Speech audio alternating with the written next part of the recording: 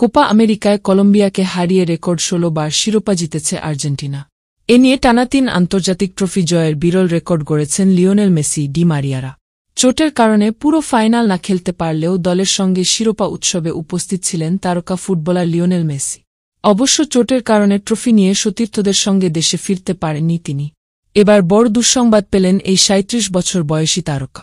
আজ বুধবার ১৭ জুলাই জনপ্রিয় ফুটবল ভিত্তিক ওয়েবসাইট গোল.কমের প্রতিবেদন অনুযায়ী একদিন আগে লিওনেল মেসি নিজের সমর্থকদের দ্রুত মাঠে ফেরার বার্তা দিলেও সহসাই ফিরতে পাচ্ছেন না তিনি।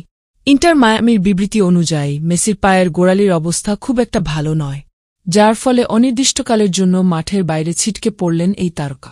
ক্লাবের পক্ষে থেকে আরও জানানো হয়, গতকাল মঙ্গলবার ১৬ জুলাই মেসির ডান গোড়ালিতে পরীক্ষা নিরীক্ষা করা হয়। এরপরই জানা যায় গোড়ালির লিগামেন্ট ক্ষতিগ্রস্ত হয়েছে তাই এই চোট কাটিয়ে মাঠে ফিরবেন তা এখনও নিশ্চিত নয়। তবে মায়ামির হয়ে মেজর লিগ সকারের প্রথম ২ ম্যাচে যে তার খেলা হচ্ছে না তা এক প্রকার নিশ্চিত। প্রিয় দর্শক, কেমন লাগলো ভিডিওটি? ভিডিওটি ভালো লাগলে লাইক, শেয়ার ও চ্যানেলটি সাবস্ক্রাইব করুন।